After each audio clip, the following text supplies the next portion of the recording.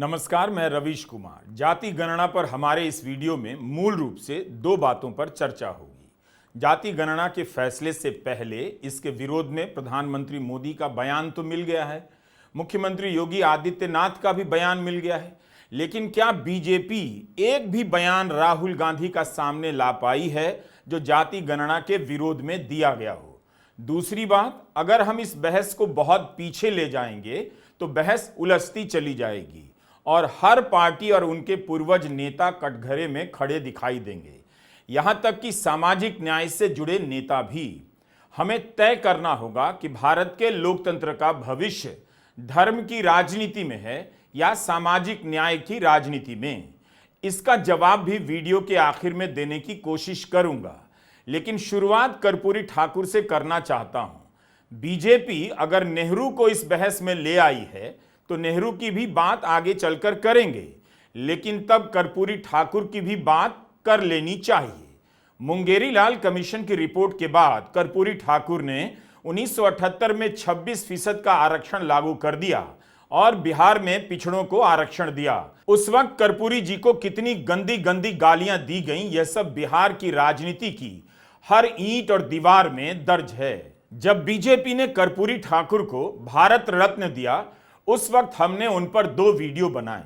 उम्मीद है आप उन्हें एक बार फिर से देखेंगे। बिहार में जनसंघ के साथ कर्पूरी जी की सरकार थी। जब पिछड़ों को पहली बार आरक्षण दिया गया तो नाराज जनसंघ ने सरकार गिरा दी। जनसंघ से ही बीजेपी निकली है, तो ओबीसी आरक्षण के सवाल पर सरकार गिराने का पहला रिकॉर्ड किसका है? बीजेपी का है। कर्पूरी ठाकुर के आरक्षण का बड़ा रोल था राजनीतिक रूप से मंडल कमीशन के आकार लेने में। उसके विरोध में वीपी सिंह की सरकार किसने गिराई? किसने मंडल के विरोध में रथ यात्रा निकाली?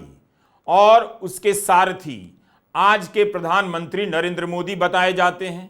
तो कर्पूरी ठाकुर को गाली देने, ओबीसी आरक्षण के सवाल पर 2-2 बार सरकार गिराने का रिकॉर्ड किसका है? देश को धर्म की राजनीति के नाम पर सांप्रदायिकता की आग में झोंकने का रिकॉर्ड किसका है? आप जानते हैं। क्या कांग्रेस ने ओबीसी आरक्षण के विरोध में कभी किसी की सरकार गिराई है? इसलिए बहस की टाइमलाइन हमें ठीक करनी होगी। नेहरू से लेकर पटेल की बात की जा सकती है, लेकिन जाति की गणना की बात पिछले 5 साल की राजनीति की देन है। बेशक जाति गणना की राजनीति कई दशक पुरानी है। राम मनोहर लोहिया ने ही पिछड़े पावे 100 में 60 का नारा दिया। इस विचार के जनक तो वही हैं, लेकिन इस समय इस मुद्दे की पहचान राष्ट्रीय स्तर पर राहुल गांधी के कारण मिली और बीजेपी के विरोध के कारण भी।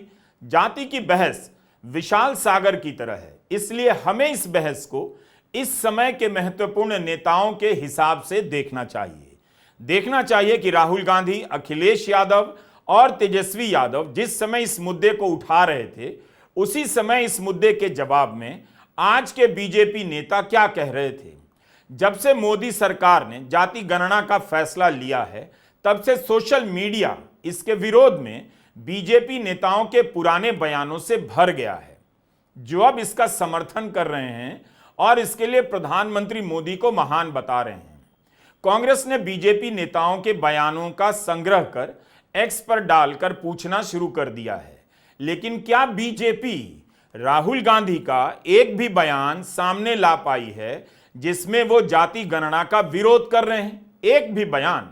राहुल गांधी का एक बयान हमें मिला है, ठीक 1 साल पुराना, जिसमें वो कह रहे हैं कि कांग्रेस को भी जाति गणना के विचार पर चलना होगा और बदलना होगा। अगर आपने मैनिफेस्टो को देखा है, वो 90% को सपोर्ट करने वाला मैनिफेस्टो है, मगर सच्चाई ये है कि कांग्रेस पार्टी को भी आने वाले समय में अपनी राजनीति को बदलना होगा। ये करना पड़ेगा। और ये भी मैं कहना चाहता हूं कि कांग्रेस पार्टी में ने भी गलतियां की हैं, और मैं कांग्रेस पार्टी का होता हुआ ये मैं कह रहा हूं। कोई नेता है जो अपनी पार्टी से कह रहा है कि उसे बदलना पड़ेगा, पार्टी ने गलतियां की हैं। राहुल गांधी इस मुद्दे को लेकर केवल बीजेपी से नहीं लड़ रहे थे, बल्कि अपनी पार्टी से भी लड़ने लगे। कांग्रेस के ही कितने नेता इस मुद्दे पर चुप हो गए, लेकिन राहुल गांधी ने बोलना नहीं छोड़ा। बीजेपी कांग्रेस की गलती गिना रही है, लेकिन राहुल गांधी का ही बयान है कि कांग्रेस ने गलतियां की हैं।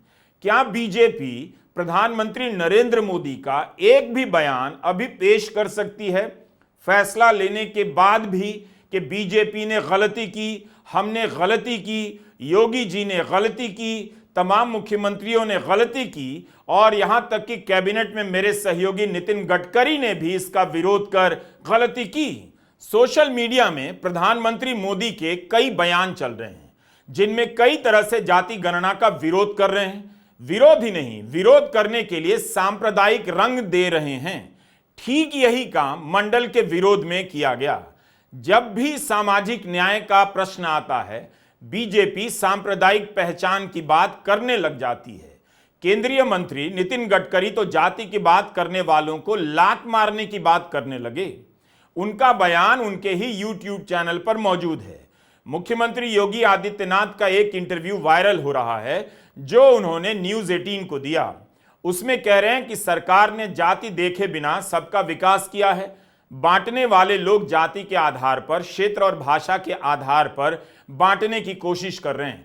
भारत और खासकर सनातन धर्मावलंबियों को इससे सावधान रहना होगा। इसके अलावा मुख्यमंत्री मोहन यादव, मुख्यमंत्री भजनलाल शर्मा, सांसद अनुराग ठाकुर, धर्मेंद्र प्रधान, गिरिराज सिंह, तेजस्वी सूर्या के बयान घुमाए जा रहे हैं सोशल मीडिया पर। इन सभी ने जाति गणना का विरोध कई तरह से किया है। जिस समय बीजेपी के सभी प्रभावशाली नेता जाति गणना का मजाक उड़ा रहे हैं, खतरनाक बता रहे हैं, कांग्रेस पर देश तोड़ने का आरोप लगा रहे हैं, उसी समय उनके कुछ नेता जाति गणना कराने की बात भी कर रहे हैं, लेकिन मूल रूप से विरोध का ही स्वर मुखर रहा है। सोशल मीडिया में एक बयान राहुल गांधी का चल रहा है जो जाति गणना के पक्ष में है, और एक प्रधानमंत्री मोदी का चल रहा है जो जाति गणना के विरोध में है। ये कांग्रेस का मैनिफेस्टो कह रहा है कि वो माताओं बहनों का सोने का हिसाब करेंगे, उसकी जड़ती करेंगे, जानकारी लेंगे और फिर उस संपत्ति को बांट देंगे और उनको बांटेंगे जिनको मनमोहन सिंह जी की सरकार ने कहा था कि संपत्ति पर पहला अधिकार मुसलमानों का है। भाइयों बहनों, ये अर्बन नक्सल की सोच, मेरी माताओं बहनों, ये आपका मंगलसूत्र भी बचने नहीं देंगे। बीजेपी के नेता अपने नेताओं के समर्थन में दिए गए बयान की बात भी निकाल रहे हैं। उसके बारे में हमने आपको पहले वीडियो में बताया है, लेकिन कौन नहीं जानता कि बीजेपी की राजनीति में जाति गणना का विरोध वैचारिक और सैद्धांतिक रूप ले चुका था। इसके विरोध को हिंदुत्व की एकता के लिए जरूरी बताया जाने लगा। बटेंगे तो कटेंगे और एक हैं तो सेफ हैं का नारा दिया गया। इसमें मुसलमानों का एंगल लाया गया। जाति की बात को नकार कर सनातन की बात आखिर किस लिए की जा रही थी? जाति गणना का फैसला लेने के बाद लोकसभा में दिया गया दिवंगत गोपीनाथ मुंडे का भाषण दिखाया जा रहा है कि बीजेपी के इस कद्दावर नेता ने जाति गणना की वकालत की थी। लेकिन जब प्रधानमंत्री मोदी इस विचार को अर्बन नक्सल कह रहे थे, मुख्यमंत्री योगी सनातन की एकता का विरोधी बता रहे थे, तब उन्हें मुंडे के ये विचार क्यों नहीं याद आए? इन नेताओं ने कितनी बार गोपीनाथ मुंडे के भाषण को याद किया? गोपीनाथ मुंडे के भाषण के रहते क्यों बीजेपी जाति गणना का मजाक उड़ाती रही, इसे खतरनाक बताती रही? मोदी जी भाषण में कहते हैं हिंदुस्तान में कोई जात नहीं है, सिर्फ गरीब है। मोदी जी, अगर हिंदुस्तान में कोई जात नहीं है और सिर्फ गरीब है, तो आप अपने आप को 24 घंटा ओबीसी क्यों कहते हो?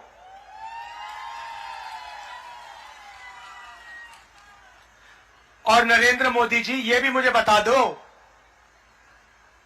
आपने ओबीसी का नाम प्रयोग करके बहुत फायदा उठाया, देश के प्रधानमंत्री बन गए, करोड़ों रुपए के आप सूट पहनते हो, 24 घंटा हवाई जहाज में उड़ते हो, तो ओबीसी शब्द का आपने प्रयोग किया और आज आप अपने भाषण में कहते हो कि हिंदुस्तान में कोई जात नहीं। मोदी जी, आप डरिए मत, आप एक काम कीजिए, जाति जनगणना के बारे में देश को बता दीजिए। तो इस तरह की बातें कही जा रही हैं कि प्रधानमंत्री मोदी ने विपक्ष का मुद्दा छीन लिया। यही तो बात है। इसी से तो साफ है कि मुद्दा प्रधानमंत्री मोदी का नहीं था। ये तो क्लियर हो गया, विपक्ष का था। जनता दल यूनाइटेड भी प्रधानमंत्री मोदी के स्वागत में कसीदे कसने में लगी हुई है, लेकिन उसे मोदी सरकार के फैसले के बाद पीआईबी की यह रिलीज पहले पढ़ लेनी चाहिए थी, जिसमें लिखा है कि कुछ राज्यों ने जाति की गिनती के लिए सर्वे किए हैं। इन सर्वे का इरादा और इनकी पारदर्शिता अलग अलग है।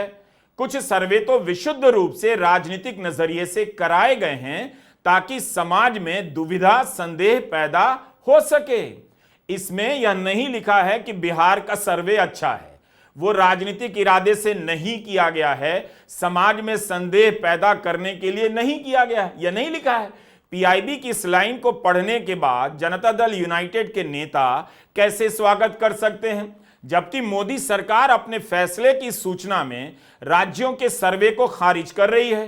क्या मुख्यमंत्री नीतीश कुमार अपने सर्वे के बारे में यह बात स्वीकार कर लेंगे? बीजेपी का विशालकाय तंत्र और गोदी मीडिया लगा हुआ है इन बातों को गायब करने में। राहुल गांधी से लेकर अखिलेश यादव, तेजस्वी यादव को इस मुद्दे से अलग करने की कोशिशें हो रही हैं। अखबारों में, चैनलों में आराम से बीजेपी के नेताओं के तब के और अब के बयानों को दिखाकर जनता को बताया जा सकता था। राहुल गांधी का मिले तो उनका भी दिखाया जाना चाहिए, लेकिन उनका तो हर बयान इसके पक्ष में ही मिलता है। यही नहीं, जब राहुल गांधी कांग्रेस के भीतर उभरते हैं, उनका प्रभाव बढ़ता है और राज्यों में कांग्रेस की सरकारें बनती हैं, तब सब के सब मुख्यमंत्री ओबीसी समुदाय से बनाए जाते हैं। अशोक गहलोत, सिद्धारमैया, भूपेश बघेल। कांग्रेस के ढांचे में भी बदलाव किया गया। तेलंगाना में विक्रमार्क मल्लू उप मुख्यमंत्री हैं जो दलित हैं। कांग्रेस पूरी तरह ना बदली हो, लेकिन राहुल गांधी इस सच्चाई की बात हर दिन तो करते हैं, यह जानते हुए कि इसकी बात करने में उनकी आलोचना है, उनकी पार्टी की भी आलोचना है। हिंदुस्तान की जनता के सामने हिंदुस्तान की रियलिटी डालनी है और मैं बिलीव करता हूं, चाहे वो किसी भी जात का व्यक्ति हो, अगर हमने रियलिटी सामने रख दी ऐसे, हिंदुस्तान की राजनीति बिल्कुल बदल जाएगी।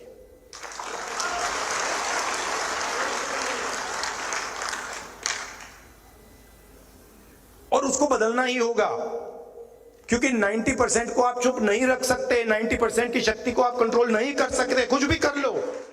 ऐसा नहीं था कि बीजेपी इस मुद्दे को लेकर सजग नहीं थी, उसे पता था कि यह मुद्दा क्या है, फिर भी सनातन और हिंदुत्व के नाम पर जाति गणना का विरोध करती रही।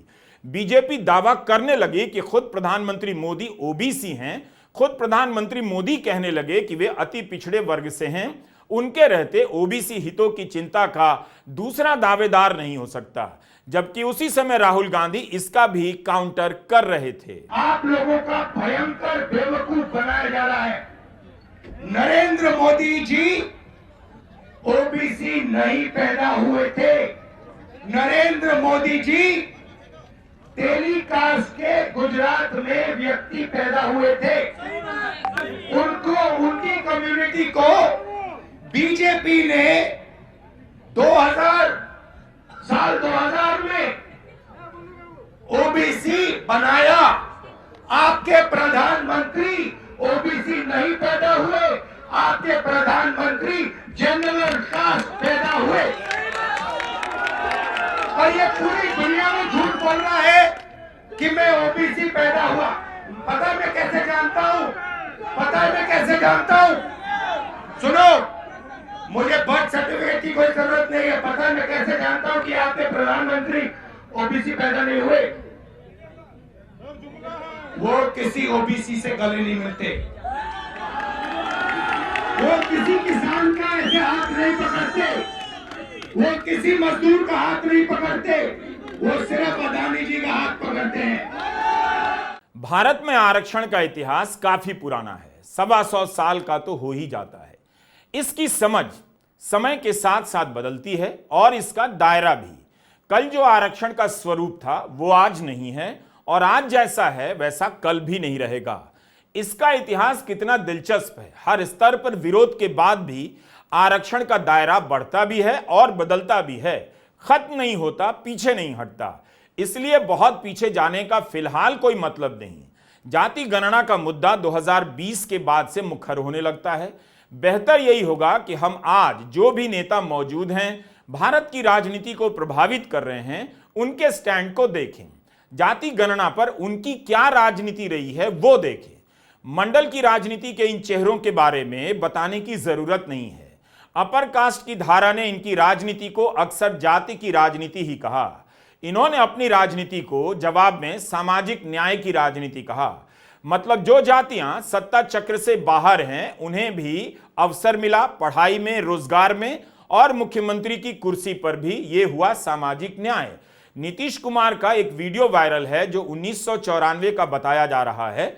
उसमें युवा नीतीश कुमार जाति की गणना की बात संसद में कर रहे हैं। लेकिन 2005 से 2025 तक बिहार में मुख्यमंत्री रहने के बाद भी नीतीश कुमार जाति की गणना कब कराते हैं? तब जब तेजस्वी यादव उप मुख्यमंत्री बनते हैं। बिहार में जाति की गणना की रिपोर्ट जनवरी 2023 में आ चुकी थी। उसी तरह नीतीश कुमार से पहले 15 साल तक मुख्यमंत्री रहे लालू प्रसाद यादव ने भी जाति गणना नहीं कराई, क्योंकि तब यह समझ पूरी तरह से नहीं बनी थी कि राज्य के स्तर पर भी गणना की जा सकती है। इसी तरह उत्तर प्रदेश में मुलायम सिंह यादव से लेकर मायावती तक के मुख्यमंत्री काल का लंबा दौर चला। जाति की गणना को लेकर बातें होती रहीं, मगर कोई प्रमुख आंदोलन का प्रमाण किसी ने बहस में पेश नहीं किया है। लोकसभा में जरूर लालू यादव, मुलायम सिंह यादव और शरद यादव ने यूपीए पर इसके लिए दबाव डाला। इन तीनों में शरद यादव का नाम विशेष तौर पर लिया जाना चाहिए। आप बिहार में इस मुद्दे को मुखरता से पकड़े रहने का श्रेय तेजस्वी यादव से नहीं ले सकते, जिन्होंने ठीक उसी भाषा में जाति गणना कराने की बात कही थी जिस भाषा में राहुल गांधी ने संसद में कहा। जिसकी जात का पता नहीं वो गणना की बात करता है। जितना मेरा आप लोग इंसल्ट करना चाहते हैं आप खुशी से करिए, आप रोज करिए, मगर एक बात मत भूलिए, जाति जनगणना को हम यहां पास करके दिखाएंगे। स्पीकर सर, जो भी इस देश में दलितों की, आदिवासियों की, पिछड़ों की बात उठाता है, जो भी उनके लिए लड़ता है, उसको गाली खाना ही पड़ता है। और मैं ये सब गालियां खुशी से खाऊंगा, क्योंकि महाभारत की बात हुई तो महाभारत में अर्जुन को सिर्फ मच्छी की आंख दिख रही थी, उसी प्रकार मुझे सिर्फ मच्छी की आंख दिख रही है। जाति जनगणना हम करा के दिखाएंगे। खत्म। आपको जितनी गाली देनी है आप दीजिए, हम खुशी से लेंगे। ऐसा नहीं था कि तेजस्वी यादव और अखिलेश यादव ने इसे लेकर जोर नहीं दिखाया। अपने अपने राज्यों में इसे उठाते रहे, मगर राष्ट्रीय स्तर पर राहुल गांधी के कारण इस मुद्दे की पहचान राहुल गांधी से जुड़ गई। अभी तक आरक्षण और राजनीति से लेकर नौकरियों में प्रतिनिधित्व का मुद्दा मूल रूप से क्षेत्रीय दलों का रहा, क्योंकि उनके नेता उसी सामाजिक तबके से आते रहे जो जाति के ढांचे से पीड़ित भी रहे, जिन्हें राष्ट्रीय दल या दिल्ली में बैठे सवर्ण जानकार जातिवादी दल कहते हैं। जाति की राजनीति करने वाले बताकर अखिलेश यादव से लेकर तेजस्वी यादव को नकारा जाता रहा है। लेकिन किसी को तो बताना चाहिए कि धर्म के नाम पर, सनातन के नाम पर, हिंदुत्व के नाम पर राजनीति करने वाली बीजेपी क्षेत्रीय दल के एजेंडे को क्यों गले लगाने गई? क्या उसके पास काम के नाम पर जनता का विश्वास जीतने का आत्मविश्वास अब नहीं रहा? यह इतिहास तो है कि कांग्रेस का कोई भी नेतृत्व राहुल गांधी की तरह आरक्षण की सीमा 50% से अधिक करने या जाति गणना की बात करने का साहस नहीं दिखा पाया। कांग्रेस की राजनीति सामाजिक न्याय के मुद्दे को मुखरता से गले लगाने की नहीं रही। यह काम पहली बार राहुल गांधी ने किया। राहुल गांधी ने जाति और आरक्षण के सवाल पर कांग्रेस की गलती को स्वीकार कर लिया है। कांग्रेस की पारंपरिक राजनीति से अलग जाकर इस मुद्दे को इस तरह से राहुल ने अपनाया जैसे आरक्षण का सवाल अभी तक क्षेत्रीय दलों का हुआ करता था, अब कांग्रेस का हो गया, यानी एक राष्ट्रीय दल का भी। यही अंतर है। इतनी मुखरता से बीपी सिंह के बाद किसी राष्ट्रीय दल के नेता ने आरक्षण और प्रतिनिधित्व के सवाल को नहीं उठाया था। आप कह सकते हैं कि इसके पहले शिक्षा में ओबीसी को 27% आरक्षण देने का फैसला कांग्रेस का था और इसके पीछे अर्जुन सिंह की बड़ी भूमिका थी, लेकिन तब भी कांग्रेस आरक्षण के मुद्दे से दूर रहने वाली पार्टी मानी जाती थी। कांग्रेस और बीजेपी दो राष्ट्रीय दल माने जाते हैं।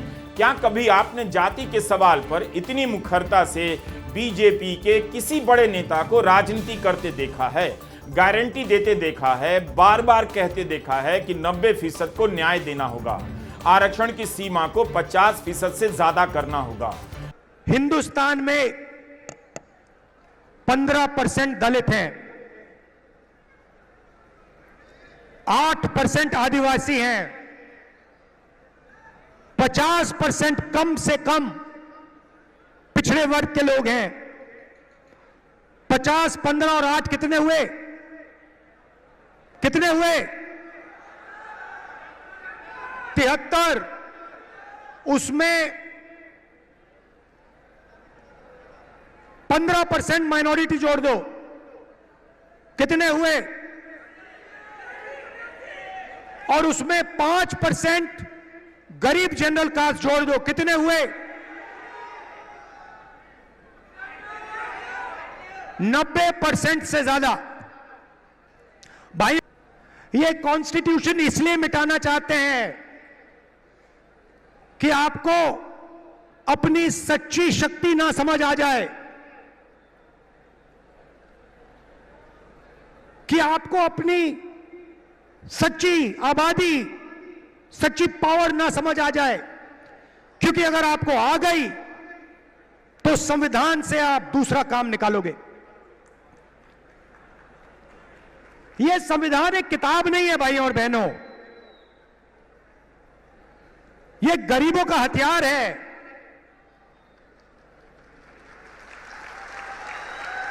और इस हथियार को नरेंद्र मोदी 22-25 लोगों के साथ मिलकर खत्म करने की कोशिश कर रहे हैं। मुमकिन है कि आरक्षण की सीमा 50% से अधिक करने के इसी ऐलान से कांग्रेस को भारी नुकसान हो गया हो, सवर्णों का वोट बीजेपी की तरफ चला गया हो, लेकिन उसके बाद भी राहुल गांधी ने इस मुद्दे का साथ नहीं छोड़ा। लोकसभा में बीजेपी का प्रदर्शन अच्छा नहीं रहा, लेकिन उसके बाद वे हरियाणा और महाराष्ट्र के चुनावों में बम्पर रिजल्ट के बाद जो जानकार लिख रहे थे कि जाति गणना का मुद्दा पिट गया है, वो अब कहां है? वो क्यों इसकी बात नहीं कर रहे हैं? बीजेपी को पता था कि जाति गणना के पक्ष में आते ही उसके विरोध वाले बयान सामने लाए जाएंगे। जो समर्थक विरोध में लिख रहे थे उन्हें समर्थन में लिखना पड़ेगा। उनका काम आसान हो इसके लिए बहस में नेहरू को लाया गया। केंद्रीय मंत्री धर्मेंद्र प्रधान ने नेहरू पर आरोप लगाया कि नेहरू के हाथ में सिस्टम था तो उन्होंने जाति की गणना नहीं कराई। यह एक अजीब तर्क है। प्रधानमंत्री मोदी के हाथ में भी सिस्टम था पिछले 10 साल से, अब फैसला लिया उन्होंने। आरक्षण 1901 में जो था वो आज 2025 में नहीं है। इसका स्वरूप और दायरा बदलता रहा है। धर्मेंद्र प्रधान बताने लगे कि नेहरू आरक्षण के विरोधी थे, मुख्यमंत्रियों को पत्र लिखा था, जबकि आरक्षण को लेकर संविधान में पहला संशोधन तो 1951 में नेहरू के समय ही आया। आप इस पूरे मामले से डॉक्टर अंबेडकर का श्रेय नहीं ले सकते, लेकिन यहां बात नेहरू की हो रही है तो उसी पर केंद्रित रहते हैं। क्या नेहरू ने छुआछूत पर प्रतिबंध का कभी विरोध किया था? नवंबर 2024 में द वायर में मुजफ्फर असादी ने लिखा है कि नेहरू ने अनुसूचित जाति और जनजाति के आरक्षण को सपोर्ट किया। असादी ने एक प्रसंग का जिक्र किया है। 1951 का पहला संशोधन आरक्षण के लिए ही हुआ था। क्यों हुआ था उसे जानने के लिए आपको मद्रास हाईकोर्ट के फैसले को समझना होगा, जिसका जिक्र असादी ने वायर के लेख में किया है। 1 मार्च 2025 के इंडियन एक्सप्रेस में अपूर्वा विश्वनाथ ने इस केस के बारे में विस्तार से लिखा है। केवल मीम शेयर से आप इस जटिल विषय को नहीं समझ सकते, काफी पढ़ना होगा, मेहनत करनी होगी। धर्मेंद्र प्रधान ने नेहरू को आरक्षण विरोधी तो बता दिया, तो इस केस को समझ लीजिए, क्या वो सही तरीके से तस्वीर सामने रख रहे हैं? यह कहानी 1940 के दशक की है। 1948 के कानून के अनुसार मद्रास सरकार के शैक्षणिक संस्थानों में आरक्षण था। हर 14 सीटों में से 6 सीटें गैर ब्राह्मणों के लिए आरक्षित थीं। मेडिकल की पढ़ाई की इच्छुक चंपकम दोराई राजन नाम की एक ब्राह्मण महिला ने इसके खिलाफ केस कर दिया। कहा कि इस आरक्षण से समानता के मौलिक अधिकार का उल्लंघन हो रहा है। यह पहला केस था जिसमें इस बात की जांच की गई कि क्या भारत का संविधान जातिगत आधार पर शैक्षणिक संस्थानों में आरक्षण की अनुमति देता है। सुनवाई हुई और जुलाई 1950 में मद्रास हाई कोर्ट ने सरकार की नीति को रद्द कर दिया। यह मामला सुप्रीम कोर्ट पहुंचा और अप्रैल 1951 में सुप्रीम कोर्ट ने भी मद्रास सरकार की इस आरक्षण नीति को असंवैधानिक पाया। सुप्रीम कोर्ट ने कहा कि यह मौलिक अधिकारों का उल्लंघन है, यह धर्म, नस्ल और जाति के फर्क पर आधारित है, इसलिए हमारा मत है यह संविधान के विरुद्ध है। तो क्या नेहरू की सरकार ने इस फैसले को स्वीकार कर लिया? नहीं किया। केंद्रीय मंत्री धर्मेंद्र प्रधान आरक्षण पर नेहरू की राय बताने के लिए मुख्यमंत्रियों को लिखा पत्र ले आए, लेकिन क्या उन्होंने बताया कि सुप्रीम कोर्ट के फैसले को नेहरू की सरकार ने स्वीकार नहीं किया? इस आदेश के बाद भारत के संवैधानिक इतिहास का पहला संशोधन होता है। उस संशोधन को खुद नेहरू ने पेश किया। संविधान के लागू होने के 1 साल के भीतर यह संशोधन लाया गया। इस पर 16 दिनों तक बहस चली और पास हुआ। उस समय भारत में चुनाव नहीं हुआ था, कोई विपक्ष नहीं था, तो विपक्ष का कोई दबाव भी नहीं था। तब भी नेहरू सुप्रीम कोर्ट के फैसले के खिलाफ संशोधन लाते हैं और शैक्षणिक संस्थानों में आरक्षण की जगह बनाई जाती है। आरक्षण को भेदभाव की कानूनी चुनौती से मुक्त कर दिया जाता है। इसके पहले केवल नौकरियों में आरक्षण का प्रावधान था। आप कैसे सारा इतिहास इस तरह से बदल देते हैं? इसलिए कि आप बीजेपी हैं, धर्मेंद्र प्रधान हैं, क्योंकि आपको पता है कि मीडिया इन बातों को पहले पन्ने पर नहीं छापेगा, प्रमुखता से अपने पाठकों और दर्शकों को नहीं बताएगा, पुराने बयानों को नहीं सामने लाएगा। बीजेपी को करना क्या चाहिए था? नेहरू को निशाना बनाने के बजाय प्रस्ताव पास करना चाहिए था कि प्रधानमंत्री मोदी ने जाति गणना का विरोध किया, लेकिन प्रधानमंत्री मोदी ने जाति गणना कराने का निर्णय भी लिया। मुख्यमंत्री योगी ने जाति गणना का विरोध किया, लेकिन मुख्यमंत्री योगी ने जाति गणना के निर्णय का स्वागत भी किया। जाति गणना के विरोध और समर्थन से नेहरू का कोई संबंध नहीं। जिनका संबंध था उनकी तस्वीर आप स्क्रीन पर देख रहे हैं। आप नितिन गडकरी हैं। आपका बयान चल रहा है। आपने कहा था कि चुनाव जीतूं या हार जाऊं, जिसको वोट देना है दो, नहीं देना है मत दो, लेकिन अपने उसूल पर कायम रहूंगा। उसूल पर तो अब कायम नहीं रहे, लेकिन बीजेपी में जरूर हैं।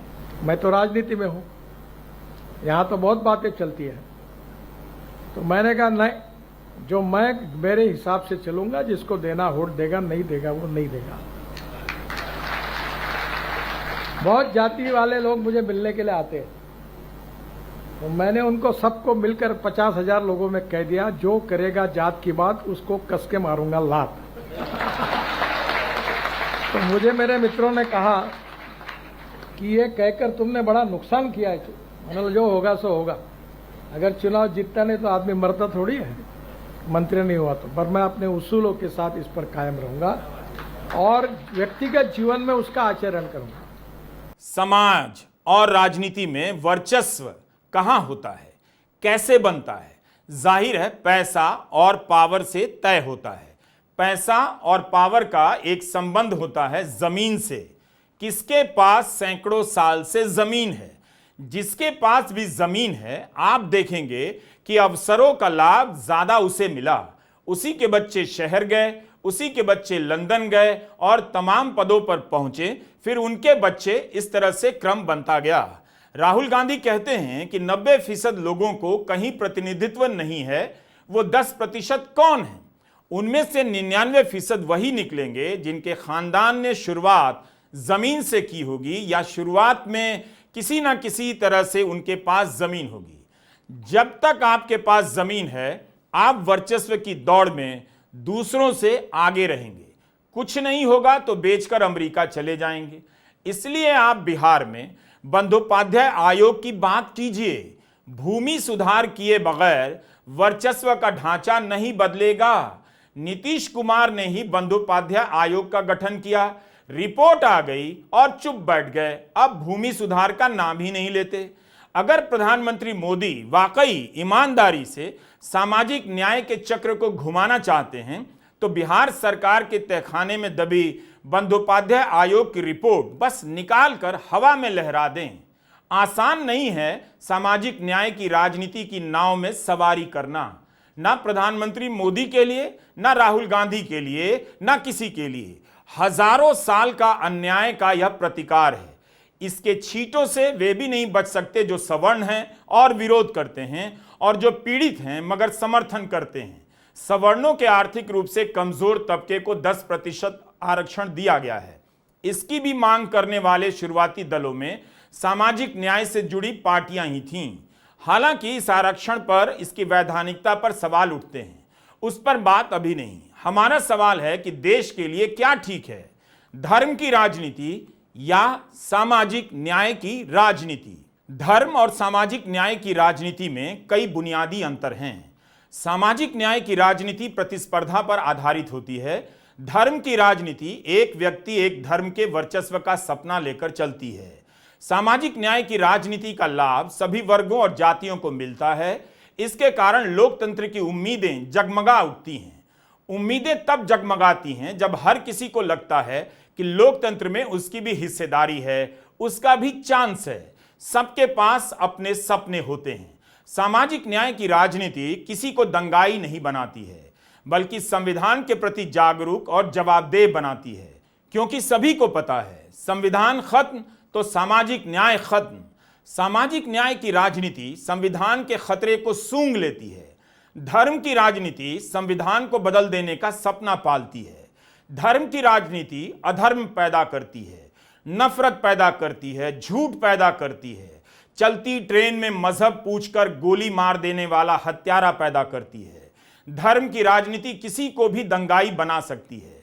ऐसा नहीं कि भारत की जनता ने धर्म की राजनीति को अवसर नहीं दिया। 10 साल दिया, पूरी मजबूती से दिया, लेकिन नतीजा क्या निकला? झूठ और फरेब फैल गया, संस्थाएं ध्वस्त हो गईं, अफसर डरपोक और बेलगाम हो गए, पत्रकार सवाल पूछने से डरने लगे। आज दुनिया भारत के मीडिया पर हंस रही है। सवाल पूछने पर किसी पत्रकार का YouTube चैनल बंद कर दिया जाता है।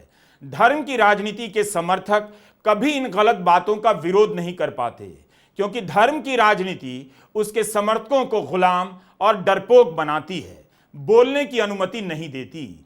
धर्म की राजनीति लोकतंत्र का नहीं, फांसीवाद का भविष्य है।